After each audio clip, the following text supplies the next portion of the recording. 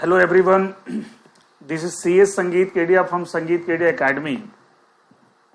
आज के लेक्चर में, आज के वीडियो में what I am going to do, I am going to cover the amendments, I am going to discuss the amendments which are applicable in June 2021 exam.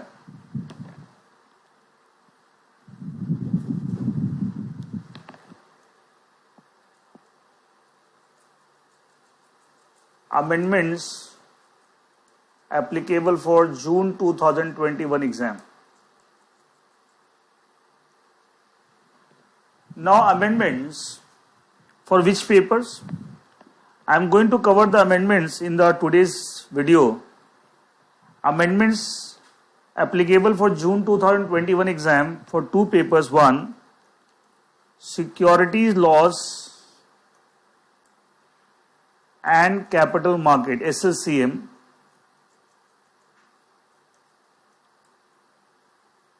That's a paper of executive program, new syllabus. And the same amendments जो आज मैं video में discuss करूंगा आज के lecture में, they are also applicable for paper capital market and securities laws, that is CMSL,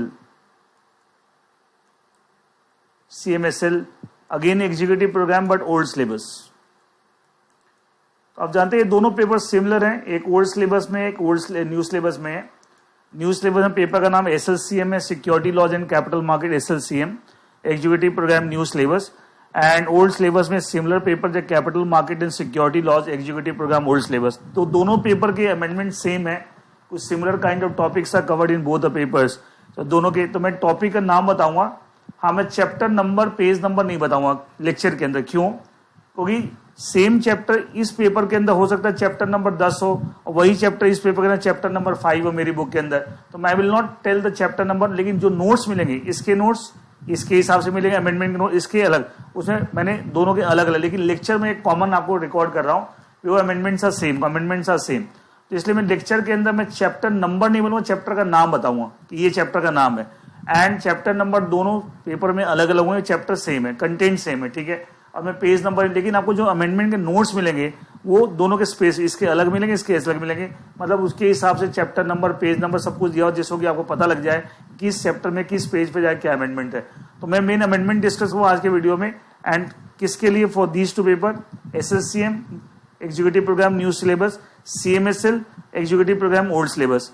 किस exam के लिए अमेंडमेंट डिस्कस करने? For June 2021 exam. नाउ इस वीडियो में जो मैं अमेंडमेंट डिस्कस करने जा रहा हूं, अमेंडमेंट जो कि किस पीरियड में हुए, amendments which took place during the period 1 July 2020 to 31 December 2020। इस पीरियड में जो अमेंडमेंट्स हुए हैं relating to these two papers that I am going to discuss in today's lecture, that is the from the period 1st July 2020 to 31st December 2020, इस period के अंदर, इन 6 महीने के पीरियड के अंदर। और इस आपको पता है कि साहब जो अमेंडमेंट्स 1 जनवरी 2021 ऑनवर्ड्स, 1 जनवरी 2021 ऑनवर्ड्स, इस पीरियड में जो अमेंडमेंट्स हो रहे हैं आपको वो जून 2021 एग्जाम में एप्लीकेबल नहीं होंगे। तो इसलिए अगर कोई आप जनवरी 2021 या फरवरी मार्च 2021 में कुछ अमेंडमेंट सुने और जो आपके कैपिटल मार्केट के पेपर से रिलेटेड है, तो आप कंफ्यूज मत हो जाएंगे, सर ये तो सर ने बताया नहीं, वो आपके जून 2021 एग्जाम में एप्लीकेबल नहीं होंगे। यू नो दैट ICSI का क्राइटेरिया है कि जो भी अमेंडमेंट 6 महीने पहले तक आ जाते before the exam, it means June 2021 exam के हिसाब से 6 महीने पहले, मतलब 31 दिसंबर 2020 तक जो अमेंडमेंट्स आ गए वही आपको जून 2021 एग्जाम में एप्लीकेबल होंगे।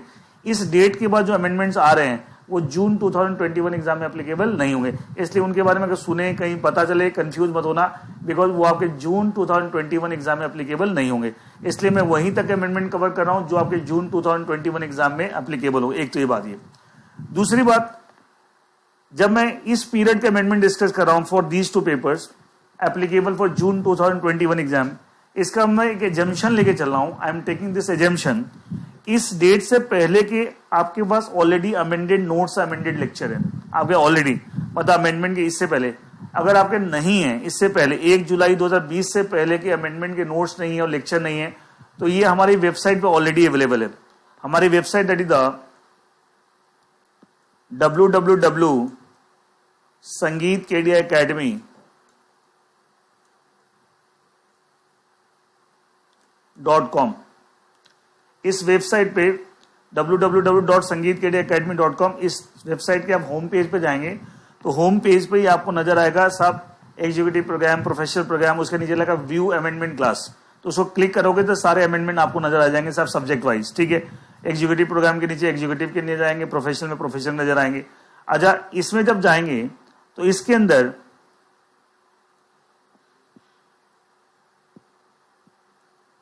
First of July 2019 to 30th of June 2020, मतलब एक साल, 1 जुलाई 2019 से लेकर 30 जून 2020, इस पीरियड के जो अमेंडमेंट्स हैं applicable on these two papers, या कोई भी पेपर सीएस का, एग्जीक्यूटिव का, प्रोफेशनल का, वो सब अमेंडमेंट्स वहां पे ऑलरेडी हमारी वेबसाइट पे प्लेस्ड हैं। तो उसका अमेंडमेंट का लेक्चर भी है, उसके साथ में नोट्स भी हैं जो आप डाउनलोड कर सकते हैं, मतलब लेक्चर नोट्स दोनों है वहां पे। ठीक है, तो इस एक साल के पीरियड के 1 जुलाई 2019 से लेके 30 जून 2020, इस पीरियड से रिलेटेड जो इस पीरियड में जो भी अमेंडमेंट्स हुए थे which are applicable on these two papers, हर पेपर का वहां डाला हुआ है, तो वहां पे है। अगर आप इस पीरियड के अमेंडमेंट्स आपने पहले नहीं किए तो पहले ये देखिए आप, 1 जुलाई 2019 से लेकर 30 जून 2020, उसको 2 पार्ट में होगा। 1 जुलाई 2019 से लेकर 31 दिसंबर 2019 तक का एक होगा, फिर 1 जनवरी 2020 से लेकर 30 जून 2020 का दूसरा होगा। मतलब इस पूरे एक साल के अमेंडमेंट्स वहां ऑलरेडी डले हुए हैं, पहले वो देखिए अगर आप उससे आप अपडेटेड नहीं है। उसके अमेंडमेंट का वीडियो भी है और लेक्चर भी है और नोट्स भी है, तो पहले ये अपडेट कीजिए और उसके बाद आप ये जो आज का लेक्चर है उसको आप देखेंगे। ये भी हमारी सेम वेबसाइट पे आपको अपलोड हो जाएगा, सेम सेगमेंट में, सेम सेक्शन में, ये amendments applicable for June 2021 exam. It means आप ऑलरेडी अगर 30 जून 2020 तक अपडेटेड हैं आपके नोट्स और आपके लेक्चर, तब तो सीधा ये वाला आप देख सकते हैं जो आज मैं डिस्कस करने जा रहा हूँ। लेकिन आप पहले से अपडेटेड नहीं है तो इस पीरियड के पहले अपडेट कीजिए हमारी वेबसाइट से, फिर हमारी वेबसाइट पे आपको ये वाला जो आज मैं रिकॉर्ड करने जा रहा हूँ इसके भी वीडियो लेक्चर और नोट्स आपको नजर आ जाएंगे।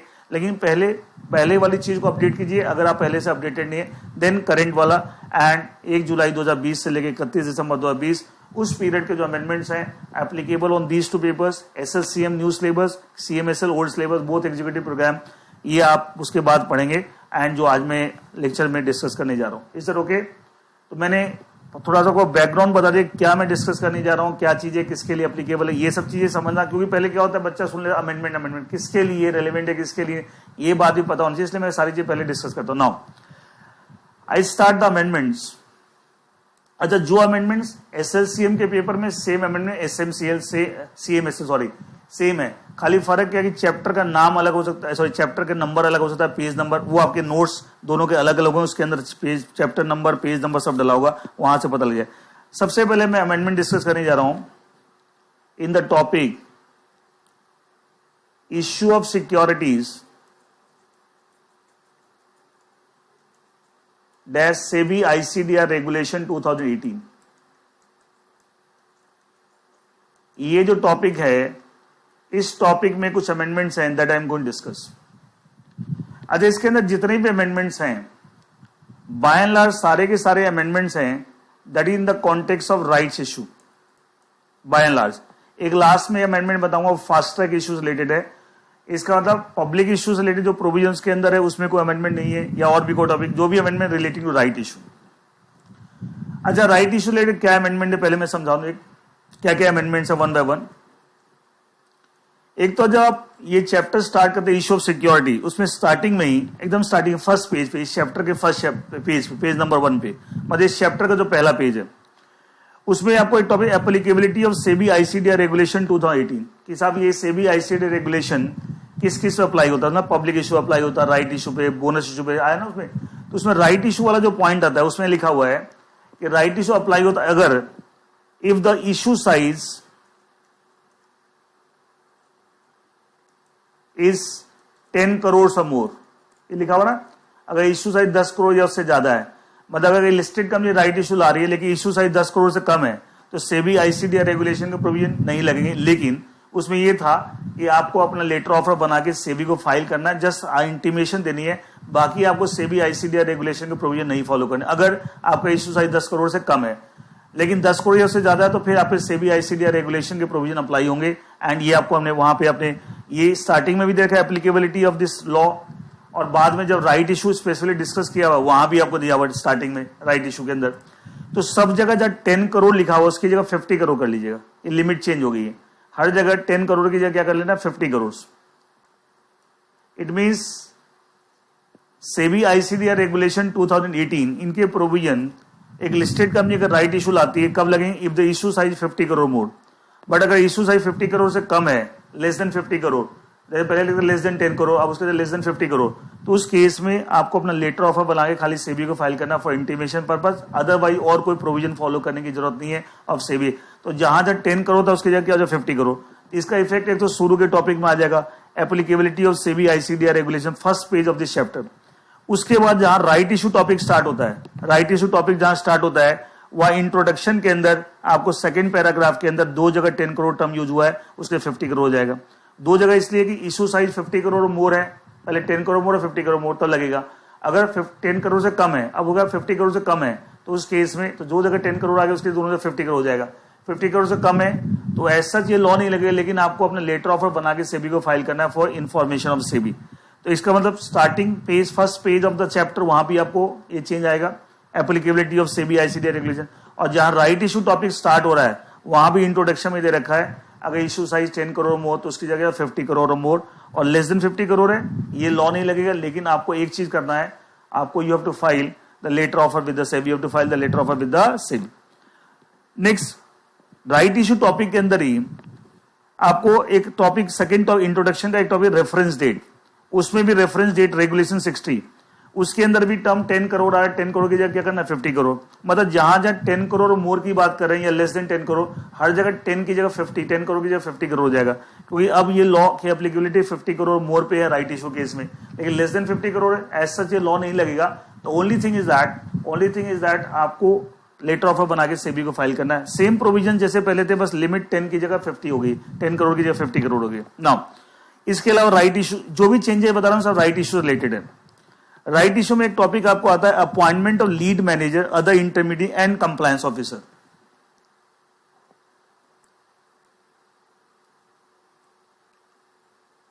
एक टॉपिक आता है अपॉइंटमेंट राइट इशू में, सब कुछ मैं राइट इशू रिलेटेड बता रहा हूं, पब्लिक इशू को प्रोविजन छेड़ना नहीं है, ठीक है। Appointment of lead manager, other intermediates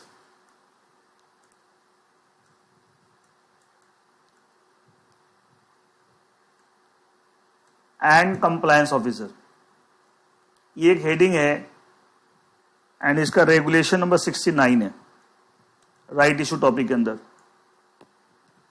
regulation 69। तो इसकी हेडिंग में एक चेंज आ गया, क्या चेंज आ गया, ये एंड कंप्लायंस ऑफिसर हट गया, तो हेडिंग हो गया appointment of lead manager and other intermediate, and word यहां आ जाएगा। तो मतलब हेडिंग के अंदर एंड कंप्लायंस ऑफिसर हट गया और हेडिंग अब बन गई appointment of lead manager and other intermediate, ये हेडिंग चेंज आ गया। इसका था जब हेडिंग के अंदर एंड कंप्लायंस ऑफिसर हट गया तो इसका तो कंप्लायंस ऑफिसर के appointment in the context of right issue mandatory नहीं है। अच्छा, सिर्फ राइट इशू की बात कर रहा हूं, पब्लिक इशू है कंपनी ला रही है तो वहां कंप्लायंस ऑफिसर अपॉइंट करना मैंडेटरी है। I am right now talking only in the context of right issue. तो अगर एक कंपनी पब्लिक इशू लाती है तो पब्लिक इशू कॉन्टेक्स्ट में कंप्लायंस ऑफिसर अपॉइंट करना मैंडेटरी है, लेकिन राइट इशू मैंडेटरी नहीं है। तो इसलिए हेडिंग अकॉर्डिंगली चेंज हो गई। मैं राइट इशू से रिलेटेड ही सारे चेंजेस बता रहा हूं। Appointment of lead manager and other intermediate से इतना रह गया, regulation 69 and other and compliance officer ये डिलीट हो गया। अरे इसी हेडिंग के नीचे 3 सब हेडिंग है, अपॉइंटमेंट ऑफ लीड मैनेजर वो एज इट इज है, अपॉइंटमेंट अदर इंटरमीडिएट ये भी एज इट इज है, और एक अपॉइंटमेंट ऑफ कंप्लायंस ऑफिसर। ये मेन हेडिंग के अंदर 3 सब हेडिंग है। अपॉइंटमेंट लीड मैनेजर एक सब हेडिंग है, दूसरा अपॉइंटमेंट अदर इंटरमीडिएट दूसरी है, तीसरा अपॉइंटमेंट कंप्लायंस ऑफिसर। जब मेन हेडिंग के अंदर एंड कंप्लायंस ऑफिसर हट गया इन the context of right issue, इसका मतलब क्या है कि राइट इशू कॉन्टेक्स्ट में राइट कंप्लायंस ऑफिसर का अपॉइंटमेंट कोई मैंडेटरी नहीं है। इसलिए जो इसकी इस टॉपिक के अंदर जो तीसरी सब टॉपिक है अपॉइंटमेंट ऑफ कंप्लायंस ऑफिसर, वो पूरा का पूरा सब टॉपिक डिलीट हो गया। लेकिन बार बार बोल रहा हूं, it is only in the context of right issue, public issue मत चेंजेस कर लेना, कंफ्यूज मत हो जाना। मैं बार बोल रहा हूं, it is only in the context of right issue. तो ये जो सब हेडिंग है इसके अंदर अपॉइंटमेंट कंप्लायंस ऑफिसर ये आपका डिलीट हो गया एंड ये आपको अब नहीं पढ़ना है, ठीक है। ये एक चेंज है। नेक्स्ट चीज आपका एक टॉपिक दे रखा reservation regulation number 74 right issue. जो मैं चेंजेस बता रहा हूं सब राइट इशू रिलेटेड बता रहा हूं, all the changes are relating to right issue. Right issue में एक टॉपिक आपका आता है रिजर्वेशंस।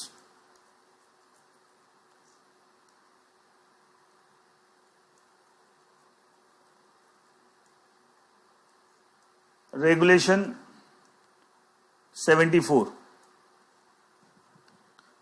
इसमें जो पहला पैराग्राफ है उसमें ये दे रखा है कि अगर कंपनी के कंपल्सरी कन्वर्टिबल डेट इंस्ट्रूमेंट है और वो कन्वर्ट होने ड्यू है उसका, तो जब अब राइट इशू ला रहे थे उनके लिए वे राइट इशू में इंटाइटलमेंट रखेंगे और अभी फिलहाल उनको शेयर नहीं देंगे। आप उनके लिए जितने शेयर उनका हिस्सा बनता है उसको रिजर्व कर लेंगे और फ्यूचर में जो कन्वर्ट होंगे इनटू इक्विटी शेयर उस समय आपको वो शेयर्स भी उनको ऑफर कर देंगे। तो ये जो फर्स्ट पैराग्राफ इस टॉपिक के अंदर ऑलरेडी है वो एडिट है, सेकंड पैराग्राफ एडिट है। जो फर्स्ट पैराग्राफ इस टॉपिक है उसके लास्ट में एक सेंटेंस ऐड हो जाएगा। One sentence will be added, one sentence shall be added in the last of first para of this topic। जहां फर्स्ट पैरा कंप्लीट हो रहा है वहां लास्ट में एक सेंटेंस ऐड हो जाए। क्या? It may be noted for the purpose of offering such right entitlements the issuer company shall not be required to credit right entitlements. आपने पहले, मैंने ये भी पहले के अमेंडमेंट में डिस्कस किया हुआ, जो पहले के एग्जाम में मतलब 30 जून 2020 तक के अमेंडमेंट में, 30 जून 2020 तक के जो अमेंडमेंट हुए थे उसमें एक टॉपिक आपको मैंने डिस्कस किया था अमेंडमेंट में, पहले के अमेंडमेंट में, राइट्स इंटाइटलमेंट, RE। अगर आपको ध्यान हो, राइट्स इंटाइटलमेंट, जिसने ये पहले के अमेंडमेंट पढ़ रखे हैं। क्या होता है, राइट इश्यू जब कंपनी लाती है तो उस केस में एक कंसेप्ट होता है राइट ऑफ रिनाउंसिएशन। कोई अपने राइट रिनाउंस करता था in favour of some other person, लेकिन अब रिनाउंस अगर आप नहीं कर पा रहे, कोई बंदा आपको मिल नहीं रहा जो आपका राइट ले ले, तो उसमें एक तरीका है कि आपको जितने शेयर्स जो आपको मिल सकते हैं कंपनी राइट इशू ऑफर करी, आप नहीं भी ले रहे, वो राइट इंटाइटलमेंट एक तरह से आपके डीमेट अकाउंट में क्रेडिट हो जाएगा और फ्यूचर में आप उसको बेच सकते हैं थ्रू द स्टॉक एक्सचेंज। उसके लिए ट्रेडिंग होती है राइट इंटाइटलमेंट की, वो सब प्रोविजन मैंने पहले पढ़ा रखा है। तो ये बोला कि सब जो रिजर्वेशन में जो compulsory convertible debt instrument holder हैं उनके लिए आप शेयर रिजर्व करके रख लीजिए और जब कन्वर्जन होगा तो कन्वर्जन के समय उनको शेयर ऑफर कर देना राइट इशू वाले। लेकिन ये वाला चीज उनके लिए राइट इंटाइटलमेंट में उनके क्रेडिट नहीं करना है, उसकी रिक्वायरमेंट नहीं है। क्या लिखा देखिए, ये लास्ट सेंटेंस जो ऐड हो गया, it may be noted for the purpose offering right entitlement. किसके लिए बोल रहे हैं? Compulsory convertible debt instrument holder के लिए। The issuer company shall not be required to credit, मतलब उनके राइट अभी क्रेडिट करने की जरूरत नहीं है उनके डीमेट अकाउंट में। जब फ्यूचर, क्योंकि अभी फिलहाल अभी देखा जाए उनका अभी राइट थोड़ी बना, फ्यूचर में राइट बनेगा जो कन्वर्ट होगा, इसलिए अभी फिलहाल उनके डीमेट अकाउंट में राइट इंटरनल में क्रेडिट करने की जरूरत नहीं है। And company will not credit the same, company will not. एक सेंटेंस ऐड करके वैसे ही ऑब्वियस भी था कि जब आपका राइट बन जाएगा, ड्यू हो जाएगा, तब ये मिलेगा ना। अभी तो आपके compulsory convertible debt instrument convert हुए कहाँ, इसलिए लेकिन लिख के क्लेरिफाई कर दिया कि साहब कंपनी फिलहाल उनके डीमेट अकाउंट में जो compulsory convertible debt instrument hold कर रहे हैं उनके डीमेट अकाउंट में राइट इंटरनल क्रेडिट नहीं करेगी। फ्यूचर में जब कन्वर्ट होंगे उस समय की बात देखी जाएगी। अभी फिलहाल खाली रिजर्व करके रख लेगी शेयर कि जब आप कन्वर्ट होगा तो आपको इतने शेयर हम ऑफर करेंगे on a pro rata basis. तो एक सेंटेंस लास्ट में लिख दिया गया कि साहब जिससे क्लैरिटी की साहब राइट नाउ आपके डीमेट अकाउंट में राइट इंटरनल में क्रेडिट कंपनी नहीं करेगी। Next change again in the right issue topic. आप वहां पे राइट इशू के अंदर एक टॉपिक है, सब टॉपिक है राइट इशू के अंदर, मिनिमम सब्सक्रिप्शन रेगुलेशन 86।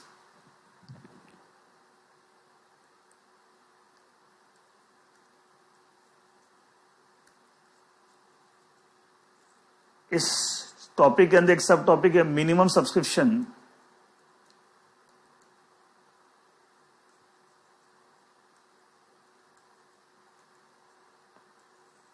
रेगुलेशन 86।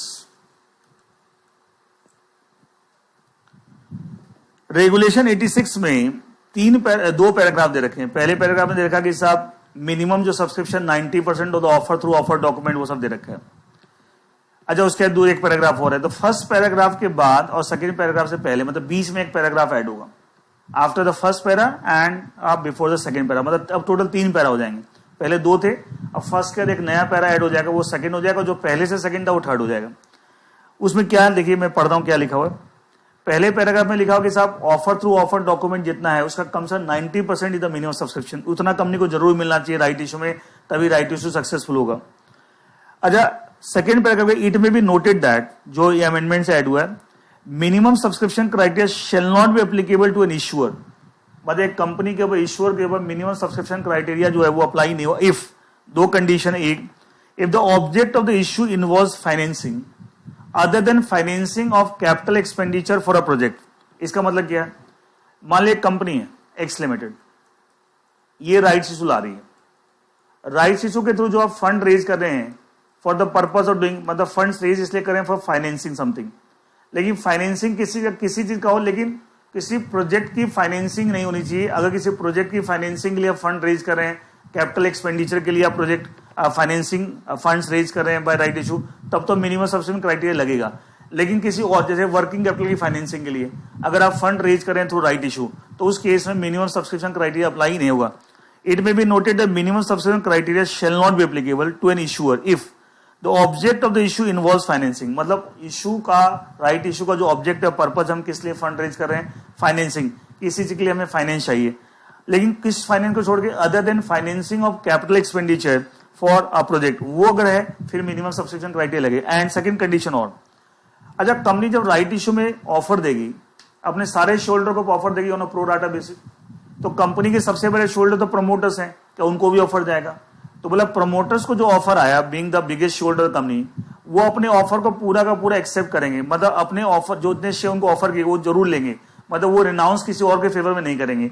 हाँ, अगर रिनाउंस करें तो with in the promoter group कर सकते हैं, मतलब एक प्रोमोटर दूसरे प्रोमोटर को रिनाउंस कर सकता है with in the same promoter group, लेकिन किसी आउटसाइडर को रिनाउंस नहीं करेंगे। एंड आपके हिस्सेदारी में जितने शेयर्स का ऑफर आता है कि साहब इतने शेयर आप ले सकते हैं, वो प्रोमोटर ग्रुप पूरा ले, एंड रिनाउंस करेंगे with only one promoter to the another promoter within the same promoter group, not to the outsider. तो ये दो कंडीशन में फुलफिल होती है कि साहब एक तो आप राइट इशू के थ्रू जो फंड रेज करें to raise the funds for some financing activity, but that should not be for the purpose of financing some project, capital expenditure का नहीं होना चाहिए। दूसरा, जितने शेयर्स प्रमोटर को ऑफर किए थे, प्रमोटर सारे शेयर परचेज कर रहे हैं, रिनाउंस किसी और के फेवर नहीं कर रहे। हाँ, रिनाउंस कर भी रहे हैं only within the promoter group, not to the outsider. अगर ये दो कंडीशन फुलफिल हो रही है, देन उस कंपनी के राइट इशू में मिनिमम सब्सक्रिप्शन का क्राइटेरिया अप्लाई नहीं होगा, आपको मिनिमम सब्सक्रिप्शन फॉलो करने की जरूरत नहीं है। तो मैं पूरा पढ़ देता हूं। It may be noted that minimum subscription criteria shall not be applicable to an issue if the two condition fulfil, a, the object of the issue involves financing, but financing में क्या छोड़ के, other than the financing capital expenditure for a project, and the promoters and the promoter group of the issuer undertake to subscribe fully to their portion of right entitlement, मतलब उनकी जितनी entitlement right issue में पूरा subscribe कर रहे हैं, and do not renounce their rights except to the extent of renunciation within the promoter group, मतलब आप रिनाउंस नहीं करें, लेकिन अगर प्रोमोटर ग्रुप के अंदर रिनाउंस करें तो वो चलेगा, बट अदरवाइज आप रिनाउंस नहीं कर रहे। ये दोनों कंडीशन फुलफिल हो रही है तो उस कंपनी के राइट इशू में फिर मिनिमम सब्सक्रिप्शन क्राइटेरिया अप्लाई नहीं होगा। तो ये पैराग्राफ ऐड हो गया between the first paragraph and second paragraph, and जिससे आपको पता लगा कि सर इस केस में अगर ये कंडीशन फुलफिल हो रही है तो मिनिमम सब्सक्रिप्शन को फॉलो करने की या वो क्राइटेरिया पे अप्लाई नहीं होगा। तो जितने भी चेंजेस मैंने अभी डिस्कस किया आज के लेक्चर में इन द टॉपिक से भी आईसीडीआर रेगुलेशन 2018, वो सारे राइट इशू रिलेटेड थे। अब मैं एक चेंज डिस्कस करने जा रहा हूं, that is relating to fast track issue. Fast track issue पढ़ते हैं ना, that is in the context of both public issue as well as right issue. Fast track public issue, fast track right issue. अच्छा, उसमें इस topic में आप पढ़ते हैं कि अगर एक कंपनी एफपीओ ला रही है, फर्दर पब्लिक ऑफरिंग, या राइट इशू लाना चाहती है on a fast track issue basis, तो कुछ कंडीशन दे रखी, अगर ये सारी कंडीशन फुलफिल होती है then only a company can come out with the FPO, further public issue और right issue on a fast track basis. तो उन कंडीशन में दो कंडीशन चेंज हो गई है। एक तो कंडीशन जो क्लॉज एच में दे रखी है,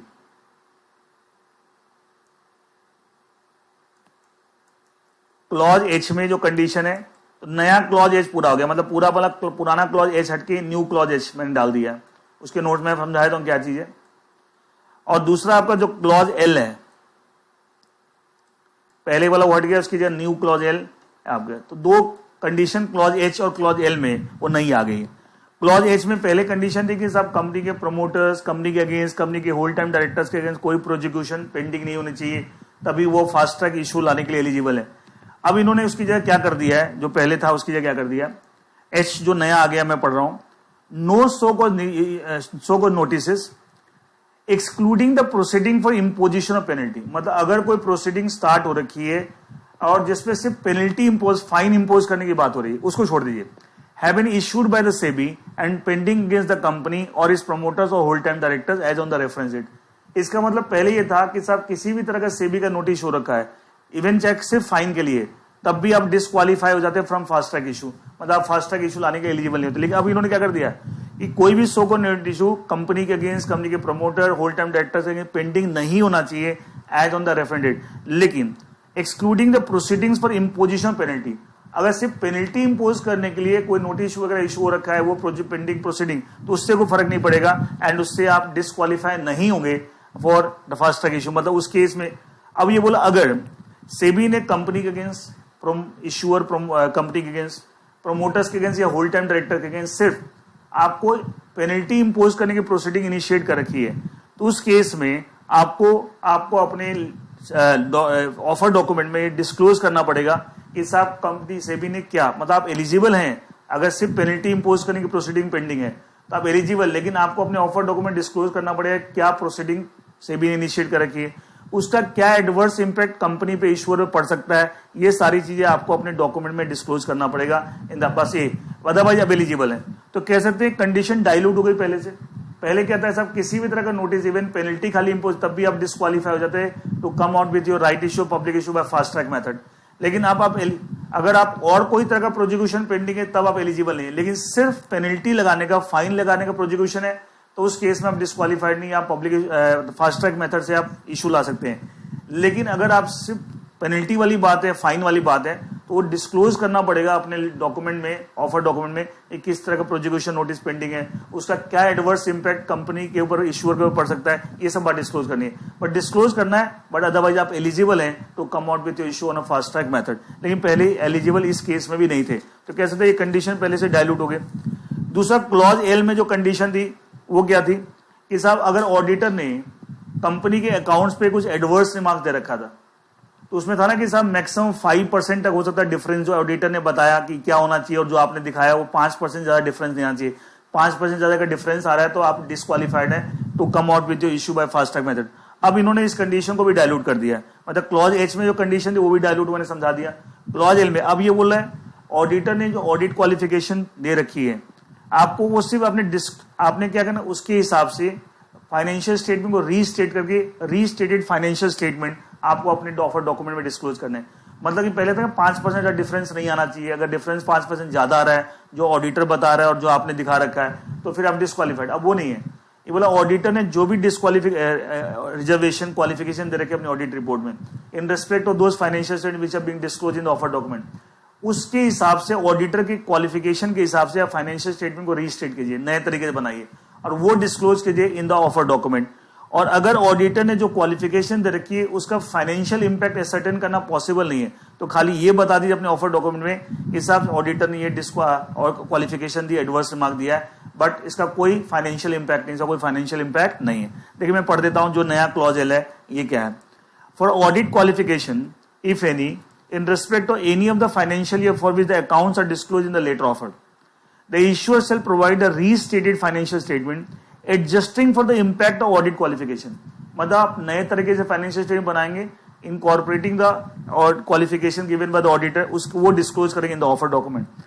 Further that for the qualification where qualification में जो ऑडिटर ने जो एडवर्स रिमार्क दिए हैं, wherein the impact on the financial cannot be ascertained, मतलब ऐसे क्वालिफिकेशन जिसका फाइनेंस के ऊपर, फाइनेंशियल फिगर्स के ऊपर कोई इंपैक्ट एसर्टेन करना पॉसिबल नहीं है, मतलब उसका कोई इंपैक्ट फाइनेंशियल फिगर्स पे नहीं है, then same shall be disclose appropriate, मतलब लेटर ऑफ में खाली डिस्क्लोज कर दिए कि साहब ऑडिटर ने ये आपको एडवर्स रिमार्क दिया है या क्वालिफिकेशन दिया है, लेकिन उसको रीस्टेट फाइनेंशियल स्टेटमेंट को, इसका फाइनेंशियल स्टेटमेंट को इंपैक्ट ही नहीं आ रहा. और इंपैक्ट अगर आ रहा है तो आप उस फाइनेंशियल स्टेटमेंट को रीस्टेट करके as per the auditor adverse remarks उसको आपको डिस्क्लोज करना इन द ऑफर डॉक्यूमेंट. तो कह सकते हैं ये कंडीशन भी पहले से डायल्यूट हो गई. पहले तो बोला 5% का डिफरेंस आना ही नहीं चाहिए, अगर आ रहा है तो आप डिस्क्वालीफाइड है फॉर दिस मेथड. लेकिन अब ऐसा नहीं है, खाली रीस्टेट करके डिस्क्लोज करना है. और अगर फाइनेंशियल फिगर्स पे कोई फिगर इंपैक्ट नहीं आ रहा, खाली ये बता दिए कि ये एडवर्स रिमार्क है, तो कैसे ये कंडीशन भी डायल्यूट हो गई फास्ट ट्रैक, और ये कंडीशन भी डायल्यूट हो गई. अब यहाँ पे खाली मॉनेटरी फाइन लग रहा है तो उसके लिए आप डिस्क्वालीफाइड नहीं है, तब भी आप फास्ट ट्रैक मेथड से इशू ला सकते हैं. तो दोनों कंडीशन एच और एल रिप्लेस करके नए नोट्स में पूरी मैंने नई कंडीशन डाल दी है. एंड उसको समझा भी दिया उसका क्या इंपैक्ट है। कह सकते हैं दोनों कंडीशन ही फास्ट ट्रैक इशू केस में डाइल्यूट हो गई है इन कंपैरिजन टू पहले जो कंडीशन हुआ करती थी। इसके साथ सेबी आईसीडीआर रेगुलेशन टॉपिक के अंदर, सेबी आईसीडीआर रेगुलेशन 2018 टॉपिक के अंदर जो जो अमेंडमेंट्स है मैंने सारे अमेंडमेंट डिस्कस कर लिए, क्या क्या अमेंडमेंट्स है। Now I move on to the, अब छोटे छोटे कुछ और अमेंडमेंट्स है। देखिए एक आपका चैप्टर है, chapter number 11, SEBI issue of sweat equity regulations 2002।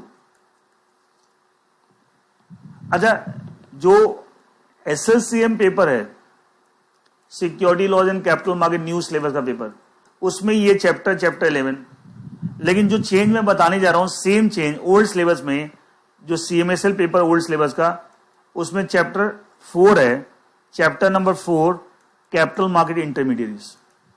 Amendment same है लेकिन अलग अलग जगह है। कैपिटल मार्केट इंटरमीडिएट चैप्टर 4, इसका जो मैं अमेंडमेंट अभी डिस्कस करने जा रहा हूं वो न्यू सिलेबस के पेपर में, SLCM security laws and capital market new syllabus जो पेपर, उसमें ये अमेंडमेंट कहां, चैप्टर नंबर 11 में है, SEBI issue of sweat equity regulations 2002। और आपका यही सेम अमेंडमेंट जो मैं डिस्कस करने जा रहा हूं सीएमएसएल के पेपर में, capital market security law old syllabus के पेपर में, it is in chapter number 4 capital market intermediate, chapter 4 जिसका नाम कैपिटल मार्केट इंटरमीडिएट है, sorry capital market instrument, sorry not intermediate, capital market instrument, sorry chapter 4। यहां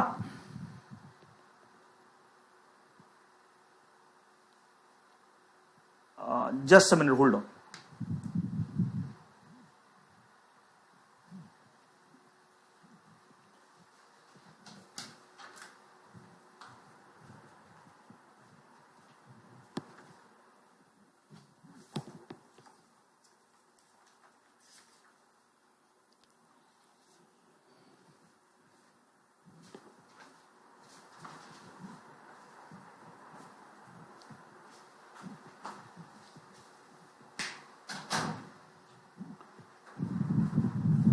sorry, ये chapter number 4 नहीं, chapter number 3 है, that's why कुछ confusion हो गया था। चैप्टर नंबर 3 कैपिटल मार्केट, वो इंटरमीडिएट चैप्टर 4 है, कैपिटल मार्केट इंटरमीडिएट चैप्टर 4 है, chapter 3 capital market instrument, chapter number 3।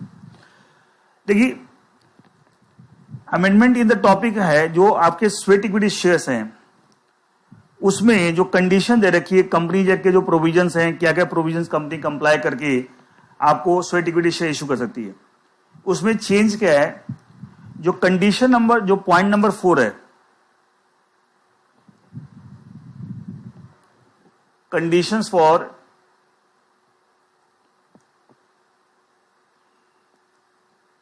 Issue of sweat equity shares,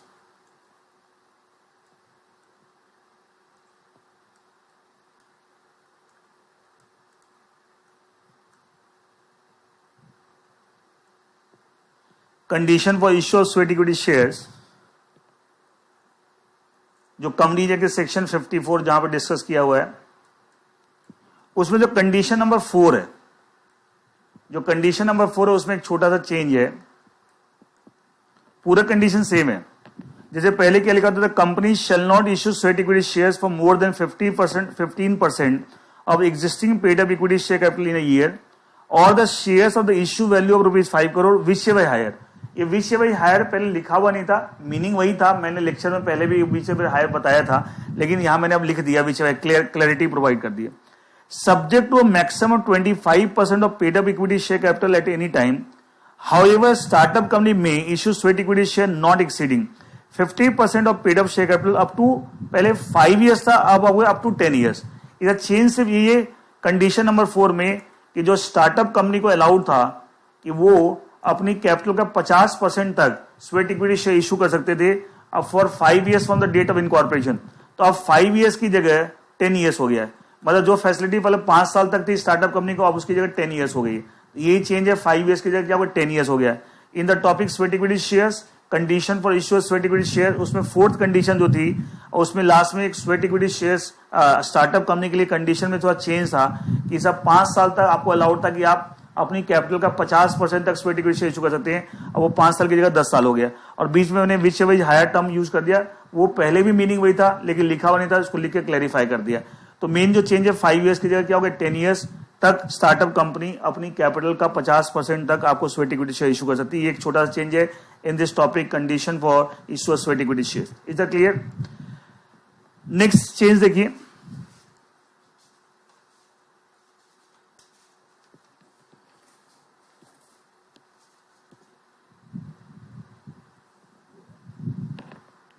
एक आपका एसएससीएम पेपर में security law and capital market new syllabus, इसमें एक चैप्टर आपका चैप्टर 17 कैपिटल मार्केट इंस्ट्रूमेंट्स।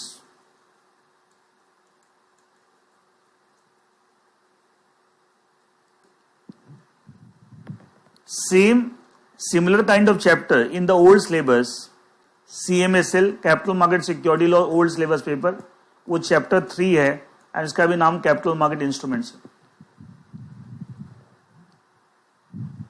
क्या चेंज है? यहां पे चैप्टर 17 है न्यू सिलेबस में, यहां पे चैप्टर 3 है ओल्ड सिलेबस में। Changes in the topic equity share with differential rights, एक टॉपिक वहां पढ़ते हैं equity share with differential rights. Equity share with differential rights,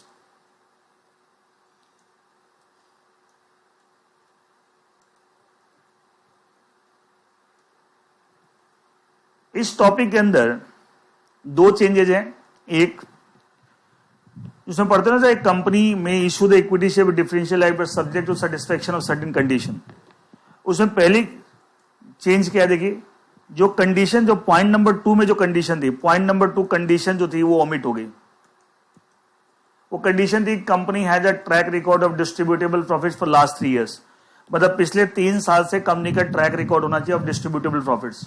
अगर वो ट्रैक रिकॉर्ड है डिस्ट्रीब्यूट, तभी जाके आप you are eligible to issue the equity differential. अब वो कंडीशन हट गई है, ये पॉइंट नंबर 2 में कंडीशन थी वो हट गई। इसका मतलब क्या है, अब आपका पिछले 3 साल का डिस्ट्रीब्यूटेबल प्रॉफिट का ट्रैक रिकॉर्ड है नहीं, इट डज नॉट मैटर, फिर भी आप इक्विटी से डिफरेंशियल राइट इशू कर सकते, मतलब ये कंडीशन ही हट गई है। दूसरा चेंज क्या है इसी टॉपिक के अंदर, जो पॉइंट नंबर 4 पहले था अब वो पॉइंट नंबर 3 हो जाएगा, क्योंकि कंडीशन 1 कम हो गई, पॉइंट नंबर 2 ओमिट हो गया, तो जो आपका 3 था वो 2 बन जाएगा, जो 4 था 3 बन जाएगा। इसका जो पॉइंट नंबर 4 पहले था उसकी जगह जो न्यू पॉइंट नंबर 3 हो गया, नंबरिंग भी चेंज हो जाएगी ना, 1 पॉइंट कम हो गया। उसमें कंडीशन क्या चेंज हो गई, न्यू पॉइंट नंबर 3 क्या हो गया, पहले आप पढ़ते थे ना कि sir equity share with differential right आपको पोस्ट इशू कैपिटल का 26% से ज्यादा नहीं होना चाहिए, तो पढ़ते ना post issue capital paid up equity capital का 26% ज्यादा equity share with differential right नहीं होना चाहिए। अब क्या हो गया, जो पॉइंट नंबर 4 जो पहले था उसको हटा के उसके लिए नया पॉइंट नंबर 3 आ गया, मतलब कंडीशन चेंज हो गई। क्या ये बोला जो नया पॉइंट नंबर 3 है वो क्या हो गया, देखिए ये बोला जो voting power in respect of equity share with differential rights shall be less than equal to 74% of total voting power of the company including equity share with equal rights and equity share with differential rights। इसका मतलब क्या है, एक company की equity share with equal rights जितने हैं उसके ऊपर जितना वोटिंग पावर है, और कंपनी के जितने इक्विटी शेयर विद डिफरेंशियल है, जितने भी इशू हो रखे हैं पास्ट में और जितने अभी आप इशू कर रहे हैं सब मिला के उसके ऊपर कितना वोटिंग राइट्स है, उन सबको जोड़ दीजिए, वो total voting power of the company बन गया। मतलब कंपनी के जितने इक्विटी से विद इक्वल राइट्स हैं उसका वोटिंग पावर, कंपनी के जितने इक्विटी विद डिफरेंशियल है अभी जो इशू कर रहे हो जो पास्ट में आपने इशू कर रखे हैं उसका वोटिंग राइट, उस सबको मिला टोटल वोटिंग पावर, उसका 74% निकाल लीजिए। और equity share with differential rights का जो वोटिंग पावर है टोटल वोटिंग पावर के 74% से ज्यादा नहीं होना चाहिए, ये कंडीशन। मतलब अब नई कंडीशन ये हो गई, पहले थी कि post issue paid up equity capital के 26% ज्यादा नहीं होना चाहिए, लेकिन अब ये चीजें बदल गई हैं। वहां था जिस समय आप इश्यू करें वो equity share differential right maximum इतना हो सकता है, अब ऐसा नहीं है। जितने भी आपके इक्विटी शेयर डिफरेंस जो अभी आप इश्यू कर रहे हैं पहले से जो आपने इश्यू कर रखे हैं उन सब का मिला के जो voting power on equity share differential right company के टोटल वोटिंग पावर के 74% से कम या बराबर उससे ज्यादा नहीं होना चाहिए। देखिए मैं पढ़ देता हूं जो नई आपकी कंडीशन मैंने समझा दिया, मैं लैंग्वेज में पढ़ देता हूं। लिखा सब्स्टिट्यूट, एक तो पॉइंट नंबर 2 ओमिट हो गया इस टॉपिक का इक्विटी शेयर डिफरेंशियल राइट्स में। दूसरा point substitution of following point number 3, new point number 3 in place of existing point number 4। पहले वो पॉइंट नंबर 4 कीजिए नया पॉइंट।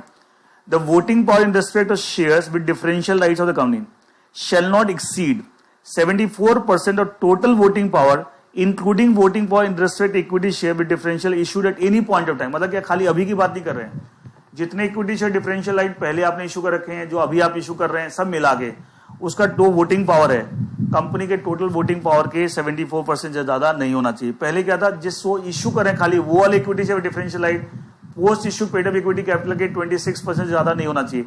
लेकिन अब चीजें थोड़ा सा डिफरेंट टोटल बोल दिया.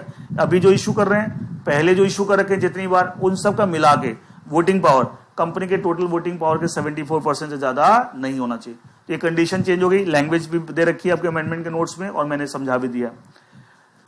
नाउ अब देखिए चेंजेस और अमेंडमेंट्स कहां पे हैं.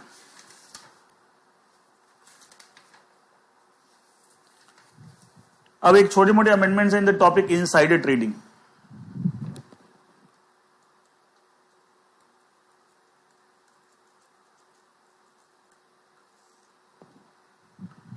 इनसाइडर ट्रेडिंग टॉपिक के अंदर आपको एक पढ़ते हैं हम, code of conduct for listed company. Last class में टॉपिक के लास्ट में मिलेगा. Code of conduct for listed companies, schedule B sorry.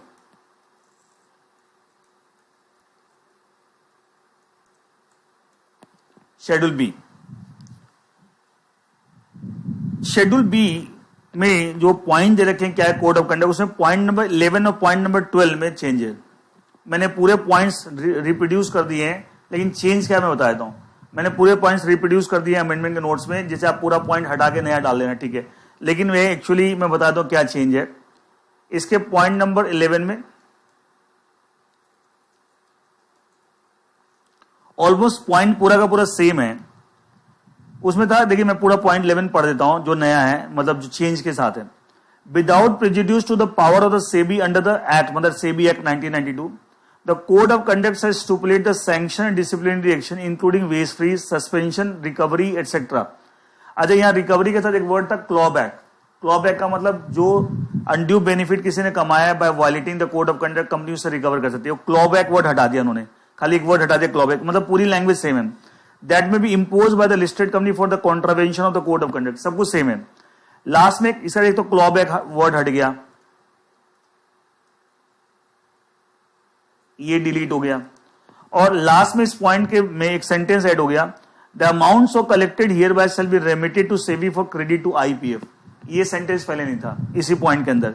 ये कंपनी जो है पैसा रिकवर करेगी from defaulting officers, defaulting employee, वो पैसा कंपनी किसको भेजेगी, सेबी को. सेबी कहां उसको डाल देगा, in the investor education protection fund. आपको तो सेबी का भी एक आईपीएफ है, एक तो कंपनी एक्ट के अंदर जो मिनिस्ट्री ऑफ कॉर्पोरेट अफेयर्स चलाती है, और एक सेबी का भी आईपीएफ है, वहां पे सेबी. तो कंपनी जो पैसा कलेक्ट करेगी बाय इंपोजिंग दिस पेनल्टी, ये पैसा कंपनी किसको फॉरवर्ड कर दे, खुद नहीं रखेगी, सेबी को. और सेबी कहां क्रेडिट कर देगा, इन द आईपीएफ. तो एक तो एक क्लॉबैक वर्ड हट गया पॉइंट नंबर 11 में, और एक लास्ट में एक सेंटेंस ऐड हो गया. ये सब इस पेनल्टी को इंपोज करके जो पैसा कंपनी कलेक्ट करेगी, company will give that money to the SEBI, and SEBI आपको उसको कहां क्रेडिट कर देगा, in the investor education and protection fund, investor education protection fund. Now point number 12 में क्या चेंज है, देखिए पॉइंट नंबर 12 ऑलमोस्ट पूरा सेम है. मैं पढ़ रहा हूं, देखिए जो नया पॉइंट नंबर 12 है. The code of conduct has specified that in case it is observed by the listed company required to formulate a code of conduct under regulation 9 that there has been a violation of this regulation. यहां तक same language है, पहले भी यही थी. इसे promptly inform the stock exchange where the concern security traded.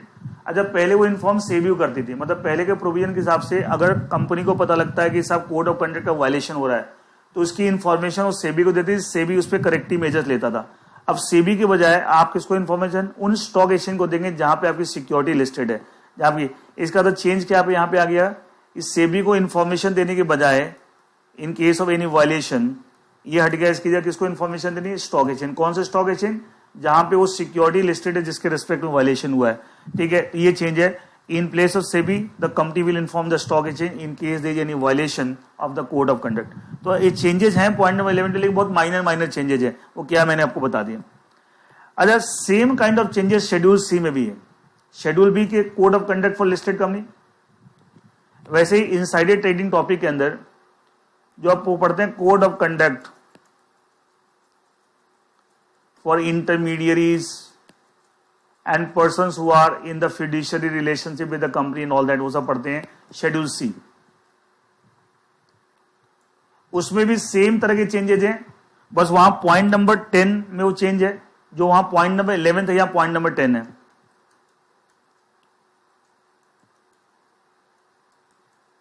अब वो क्लॉबैक वर्ड हट गया और दूसरा लास्ट में एक सेंटेंस ऐड हो गया कि साहब जो पेनल्टी इंपोज करके जो पैसा आपको कलेक्ट करेगी इंटरमीडिएट, वो किसको देगी? सेबी को। सेबी कहां क्रेडिट करेगा? आईपीएफ। सेम चेंज है। और पॉइंट नंबर 11 में वही सेम कि अगर इंटरमीडिएट या जो भी शेड्यूल सी फॉलो कर रहे हैं उसके हिसाब से कोड ऑफ कंडक्ट, अब उनको पता लगता है कि breach of code of conduct है, तो इसकी जानकारी पहले सेबी को देते थे, अब वो सेबी की जगह किसको देंगे? To the stock exchange where the securities are listed. तो सेबी की जगह क्या होगा? स्टॉक एक्सचेंज को इन्फॉर्मेशन दी जाएगी। Same kind of changes, but schedule B में जो लिस्टेड कंपनी के लिए कोड ऑफ कंडक्ट था वहां पॉइंट नंबर 11-12 था, या इंटरमीडिएट वाले में शेड्यूल से पॉइंट नंबर 11-12, पॉइंट नंबर 10-11 है। चेंजेस सेम है। मैंने पूरे पॉइंट रिप्रोड्यूस कर दिए अमेंडमेंट के नोट्स में, बट चेंजेस आर सेम। जो शेड्यूल बी में चेंजेस है वही शेड्यूल सी में चेंजेस है। Is it okay? तो इनसाइडर ट्रेडिंग टॉपिक के अंदर ये आपके चेंजेस हैं और कुछ नहीं है। नेक्स्ट देखिए,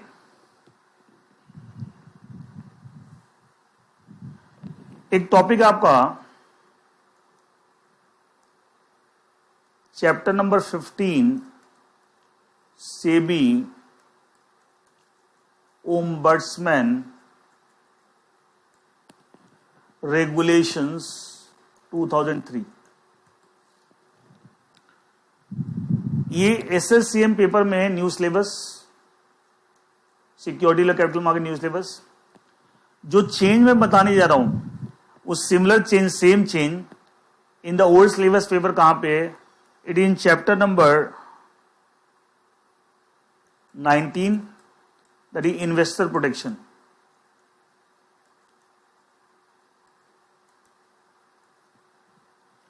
इन्वेस्टर प्रोटेक्शन चैप्टर जो ओल्ड सिलेबस में है, capital market security laws old syllabus, उसमें लास्ट में एक क्वेश्चन डिस्कस किया हुआ है, क्वेश्चन नंबर 6C, दिसंबर 2014, दिसंबर 2014 का क्वेश्चन है, क्वेश्चन नंबर 6C। उसका आंसर दिया हुआ लास्ट में, इस चैप्टर के लास्ट में। एक्चुअली टॉपिक क्या है कि साहब जो स्कोर्स प्लेटफॉर्म है, उस प्लेटफॉर्म पे कंप्लेंट कैसे लॉन्च करते हैं, procedure for launching complaint scores, ये टॉपिक है। Procedure for lodging complaint in scores platform. तो पहले जो प्रोसीजर था कंप्लेंट रजिस्टर करने का वो अलग था, वो प्रोसीजर चेंज और रिवाइज प्रोसीजर आ गया। तो एसएलसीएम के पेपर में तो मेन टॉपिक अंदर ही टॉपिक है, एक हेडिंग दे रखी है प्रोसीजर फॉर लॉजिंग कंप्लेंट, वो पूरा का पूरा टॉपिक नया हो जाएगा। मैं क्या नया प्रोसीजर है उसके नोट्स मैंने दिए हैं, मैं बता भी दे रहा हूं। और ओल्ड सिलेबस का जो पेपर है सीएमएसएल, उसमें आपको चैप्टर के अंदर ऐसा नजर नहीं आएगा, लेकिन इस चैप्टर के लास्ट में जो क्वेश्चंस एग्जाम के डिस्कस किए हुए हैं, तो question number 60 of December 2014 exam, उस क्वेश्चन के आंसर में प्रोसीजर लिखा हुआ है। तो वो प्रोसीजर हटा के नया प्रोसीजर जो है वो बताने जा रहा हूं, what is the revise procedure for lodging A complaint on the scores platform. तो रिवाइज प्रोसीजर क्या है देखिए, आपको रिवाइज प्रोसीजर,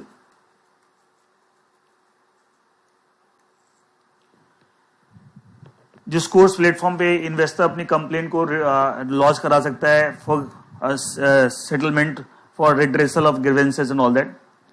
सबसे पहले इन्वेस्टर को क्या करना पड़ेगा,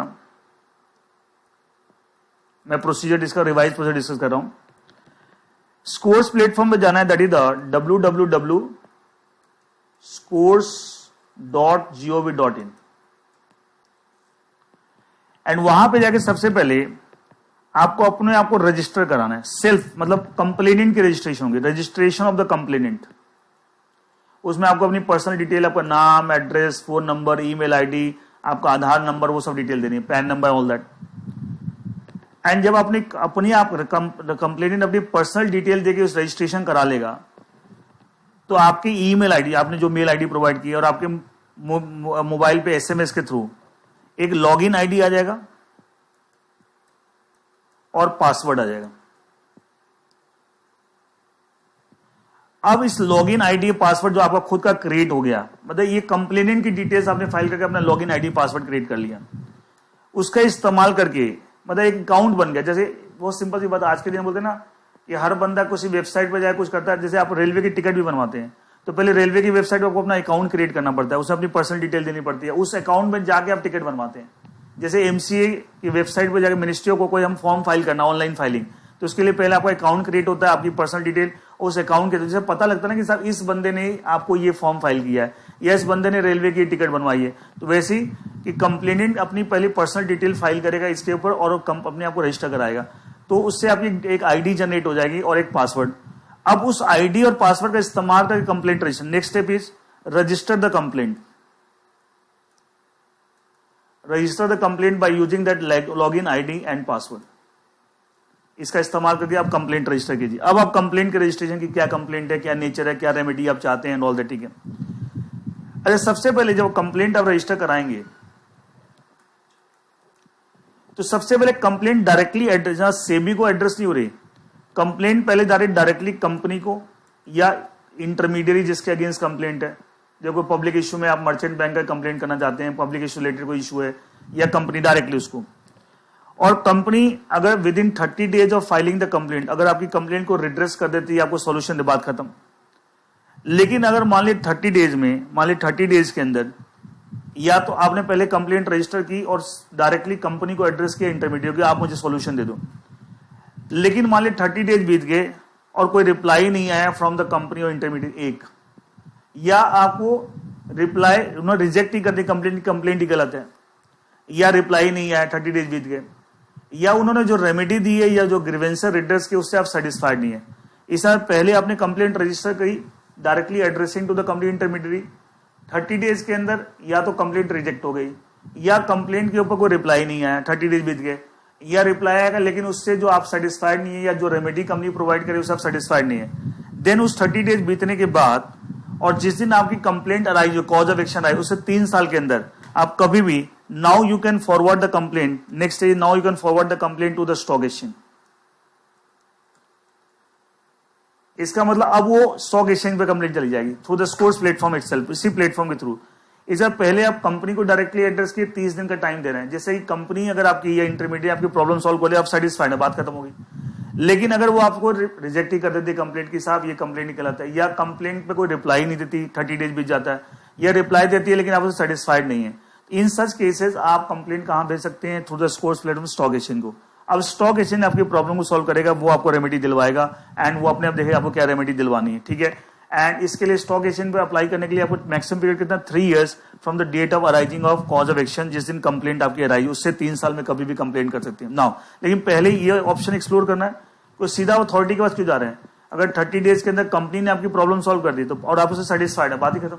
लेकिन नहीं ऐसा है, वो कोई रिप्लाई नहीं दे रहे या रिजेक्ट कर दी कंप्लेंट, या जो रेमेडी दे रहे हैं उससे आप सेटिस्फाइड नहीं है, तो आप स्टॉक एक्सचेंज को अप्रोच कर सकते हैं within 3 years from the date of arising of cause of action. अच्छा, फिर फर्दर और दे रखा है, अगर स्टॉक एक्सचेंज ने जो आपको रेमेडी दिलवाई, जो भी आपकी ग्रीवेंसेस सेटल की, अगर उससे भी सेटिस्फाइड नहीं है, अगर उससे भी सेटिस्फाइड नहीं है, तो आप 15 दिन के अंदर, जिस दिन आपकी कंप्लेंट क्लोज हुई, आप रिव्यू के लिए अप्लाई कर सकते हैं। फिर स्टॉक एक्सचेंज आपके मैटर को दोबारा देखेगा, जैसे कोर्ट में ना रिव्यू पिटीशन लगाते हैं कि साहब आपने मैटर डिसीजन को दोबारा देखी, वैसे ही आप स्टॉक एक्सचेंज को रिव्यू पिटीशन लगा सकते हैं and 15 days from the close of complaint and stock exchange दोबारा आपके मैटर को देखेगा कि इसमें कुछ चेंज, जो रेमेडी हमने ऑलरेडी प्रोवाइड किया उसमें कुछ चेंज करने का गुंजाइश है या नहीं, वो भी पॉसिबिलिटी है। तो ये एक रिवाइज प्रोसीजर आपको आ गया, how to launch a complaint on scores platform. And दोनों न्यूज सिलेबस के पेपर में तो मेन टॉपिक के अंदर ही एक सब टॉपिक है, वहां पे पूरा चेंज हो जाएगा प्रोसीजर ऑफ फाइलिंग कंप्लेंट। और ओल्ड सिलेबस के पेपर में एक एग्जामिनेशन क्वेश्चन के आंसर में लिखा हुआ है, क्वेश्चन नंबर 6C दिसंबर 2014 का क्वेश्चन है, उसमें आंसर पूरा चेंज कर लीजिएगा कि now there is a revise procedure, वो क्या है मैंने पूरा डिस्कस कर दिया, और उसके पूरे नोट्स आपको अमेंडमेंट के नोट्स में मिल जाएंगे। नेक्स्ट देखिए, एक टॉपिक आपका है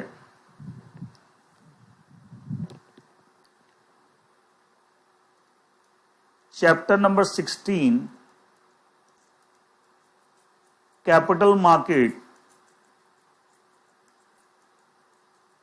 इन्वेस्टमेंट इंस्टीट्यूशंस।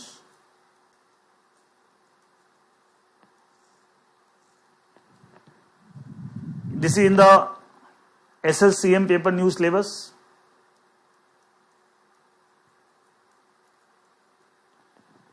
इस चैप्टर के अंदर एक टॉपिक है फॉरेन पोर्टफोलियो इन्वेस्टर, उसमें कुछ चेंजेस हैं, लेकिन ओल्ड सिलेबस में पूरा चैप्टर ही है, chapter number 20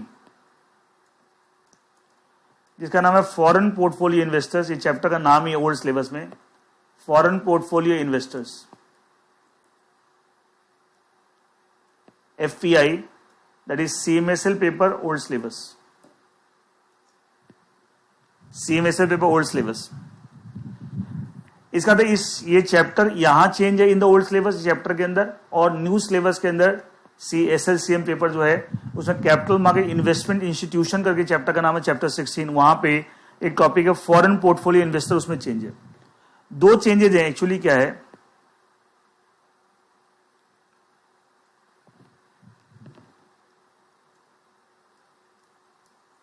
foreign portfolio investors, इसमें पहले जो रेगुलेशंस थे वो रेगुलेशन थे पहले SEBI foreign portfolio investors regulations 2014, ये चेंज होकर अब नए आ गए हैं SEBI foreign portfolio investors regulation 2019, ये आ गया, this one SEBI FPI regulation 2019, ये नया आ गया। इसलिए इस टॉपिक में जहां भी ये लिखा हुआ है उसकी जगह नाम तो पूरा सेम 2014 की जगह आप 2019 कर लीजिएगा, ये इसकी जगह 2019 कर लीजिएगा, नया आ गया। अच्छा, ये तो रेगुलेशन नया आ गया, उसका इंपैक्ट मेजरली दो जगह टॉपिक में है। एक तो जो डेफिनेशन रहेगी पोर्टफोलियो फॉरेन पोर्टफोलियो इन्वेस्टर की, वो डेफिनेशन थोड़ी सी स्लाइटली चेंज होगा, मेजर चेंज नहीं है। एक तो चेंज कहां पे, डेफिनेशन ऑफ FPI, नई डेफिनेशन कुछ खास नहीं है। देखिए ये लिखा हुआ है, नई डेफिनेशन जो है, foreign portfolio investor means a person who satisfy the eligibility criteria, eligibility criteria पता है रेगुलेशन 3 के अंदर, and has been registered under SEBI FPI regulation 2019 and which shall be deemed to intermediate as per SEBI act. इसको भी एक intermediate माना जाएगा, SEBI act में पढ़ते ना इंटरमीडिएट, कैपिटल मार्केट इंटरमीडिएट, तो उसको भी एक इंटरमीडिएट माना जाएगा एज पर सेबी एक्ट। तो ये इसका भी रजिस्ट्रेशन होगा विद द सेबी, ठीक है, before entering into Indian capital market. ये कोई डेफिनेशन नहीं आ गई है, कुछ नहीं, मोर लेस सेम ही, उसी लैंग्वेज को थोड़ा रीस्ट्रक्चर किया। एक तो यहाँ पे नई डेफिनेशन, ये आपके नोट्स में दे रखा है। दूसरा एक आप टॉपिक पढ़ते हैं categories of FPI, foreign portfolio investor की कैटेगरीज। अच्छा, यहां पे पहले आप पढ़ते थे 3 कैटेगरीज होती थी, पहले पढ़ते हैं 3 कैटेगरीज, कैटेगरी 1, कैटेगरी 2, कैटेगरी 3। अब ये पूरी कैटेगरीज रीस्ट्रक्चर हो गई, 3 कैटेगरीज का नाउ वी हैव 2 कैटेगरीज, मतलब 3 कैटेगरी में जो पर्संस कवर्ड थे उसको रीस्ट्रक्चर करके 2 कैटेगरी में कवर कर दिया, मतलब चेंजेस कर दिया। तो ये वाला जो पूरा टॉपिक कैटेगरी जो FPI पूरा नया, and in place of 3 category now we have 2 category जो FPI, एंड पूरा स्ट्रक्चर चेंज हो गया। वो कैटेगरी नई क्या हो गई, वो आपके अमेंडमेंट के नोट्स में आपको मिल जाएगा कि साहब 2 तरह की कैटेगरी, और कोई भी FPI इंडिया में कोई इन्वेस्टमेंट करना था उससे पहले अपने आप रजिस्ट्रेशन कराएगा with SEBI, either under category 1 और अंडर कैटेगरी 2। पहले क्या था, ईदर अंडर कैटेगरी 1 और कैटेगरी 2 और कैटेगरी 3, पहले 3 कैटेगरी होती है, अब 2 ही। तो 2 कैटेगरी कैसे हैं, क्या है, वो मैंने आपके अमेंडमेंट के नोट्स में दे रखा, पढ़ लीजिए, जैसे मुझे कुछ समझाने का नहीं है, वो लिस्ट है, ठीक है। और एक डेफिनेशन चेंज हो गई, और इसके अलावा पूरे चैप्टर के अंदर या पूरे टॉपिक के अंदर जहां FPI डिस्कस किया हुआ है, जहां भी 2014 लिखा उसके 2019 कर लिया, क्योंकि नए रेगुलेशन आ गए, और उसका इंपैक्ट मेजरली 2 जगह है, एक कैटेगरीज में और डेफिनेशन में। बाकी छोटे और कोई चेंजेस ज्यादा आपके लिए रेलिवेंट नहीं है। तो इसके साथ मैंने आपको SLCM न्यू सिलेबस का paper, security laws and capital market new syllabus executive program, capital market security laws old syllabus executive program, इसमें जो भी अमेंडमेंट्स थे मैंने सब बता दिया आपको। अब दोनों के जो नोट्स अलग अलग मिलेंगे, न्यू सिलेबस वाले के नोट्स उनके पेज नंबर, चैप्टर नंबर के हिसाब से, और ओल्ड के, लेकिन डिस्कस मैंने कुछ चेंजेस सेम है, इसे मैंने एक साथ डिस्कस कर लिया। एंड इतने ही अमेंडमेंट्स हैं। इसके बाद जो चेंजेस आ रहे हैं 31 दिसंबर 2020 के बाद जो चेंजेस आ रहे हैं आपको 1 जनवरी 2021 ऑनवर्ड्स, वो जून 2021 एग्जाम में एप्लीकेबल नहीं होंगे। तो आप कंफ्यूज नहीं होना कि सर मैंने यहां सुन लिया वहां सुन लिया एंड ऑल दैट, ठीक है। एंड जो आपके जून 2021 के लिए रेलेवेंट है मैंने सबसे कवर कर दिया है। And that is all from my side as per the amendments in these 2 papers. SLCM new syllabus, CMSL old syllabus, applicable on June 2021 exam मैंने सब कवर कर दिया, ठीक है। और ये हमारी वेबसाइट www.sangeetkedia.academy.com के ऊपर अपलोड हो जाएगा, ठीक है। एंड नोट्स के साथ लेक्चर भी होगा, साथ में नोट्स भी होंगे, एंड वो आप डाउनलोड, सबके लिए फ्री है। कोई ये नहीं कि मेरा स्टूडेंट है या नहीं, उसे को मतलब नहीं है, it's open, everyone can avail this facility, सबके लिए, ठीक है। And that is all from my side, thank you and wish you all the best for exams, कि आप एग्जाम में बहुत अच्छा करें और अच्छे से आप परफॉर्म करें and come out with the good results and all that, and thank you.